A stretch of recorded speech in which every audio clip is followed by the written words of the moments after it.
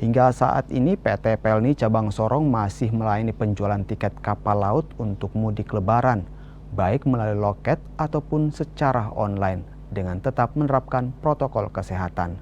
Salah satunya vaksin COVID-19.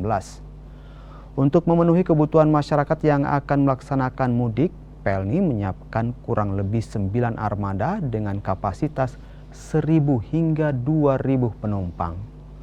Puncak arus mudik di Pelabuhan Laut Sorong diperkirakan akan terjadi pada 10 April dengan tujuan Bau-Bau, Makassar, Surabaya, dan Jakarta. Ada khusus Sorong ada 8 armada. Ada kapal tipe 2000 dan 1000 tipe 500. Terus nih kita diupdate terus, tapi yang pasti berproses.